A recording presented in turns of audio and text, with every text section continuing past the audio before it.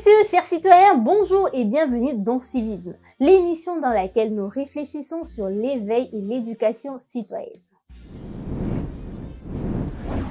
Ici, nous parlons de ce qui fait notre quotidien, ce qui fait notre vivre ensemble et surtout de comment nous pouvons faire chacun à notre niveau pour améliorer les conditions de vie dans notre société.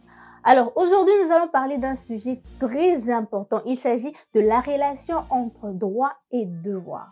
Deux mots que nous entendons très souvent, surtout ici chez nous en République démocratique du Congo, mais qui sont souvent mal compris. Alors c'est parti.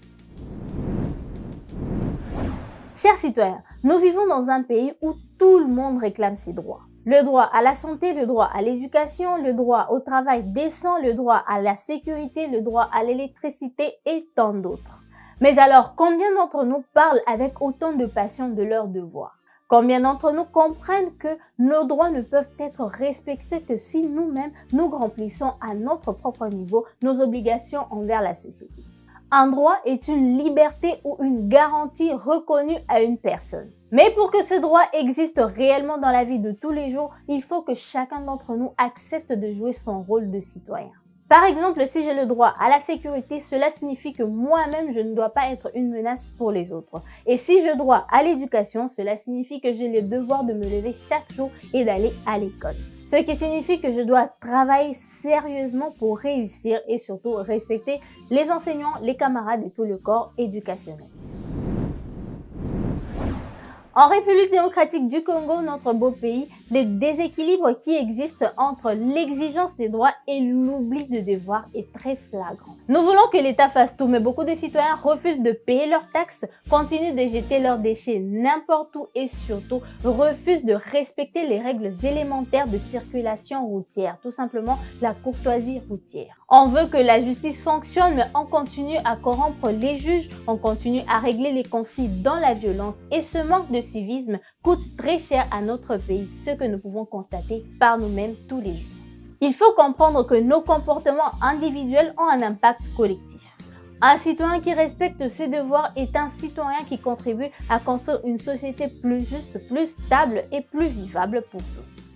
Imaginez une ville où chaque habitant jette ses déchets dans la poubelle, respecte les feux rouges, paye ses impôts et taxes, ne fraude pas, ne corrompt pas et respecte les files d'attente. Ça serait un grand pas vers le développement. Les civismes commencent par de petits gestes mais qui ont des grandes conséquences. Alors commençons par apprendre à nos enfants comment respecter les règles et respectons-les nous-mêmes parce que nous sommes leurs modèles. Donnons l'exemple dans le quartier, dans la famille, dans les lieux de travail, dans le marché, peu importe l'endroit où nous pouvons nous trouver dans la société. Cessons de penser que le respect des lois est fait pour les autres parce que les autres là, c'est nous aussi.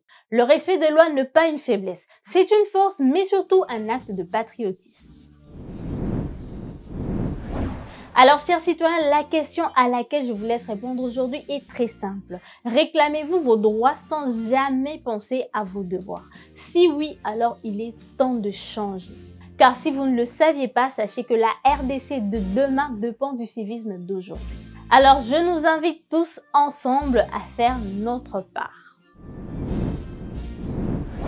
Alors, chers citoyens, merci d'avoir suivi ce numéro de Civisme et surtout, n'oubliez pas, être citoyen, ce n'est pas seulement revendiquer, mais c'est aussi s'engager. On se retrouve très bientôt pour un autre thème tout aussi essentiel pour notre société. Je vous laisse en bonne compagnie et surtout, restez civiques. Au revoir.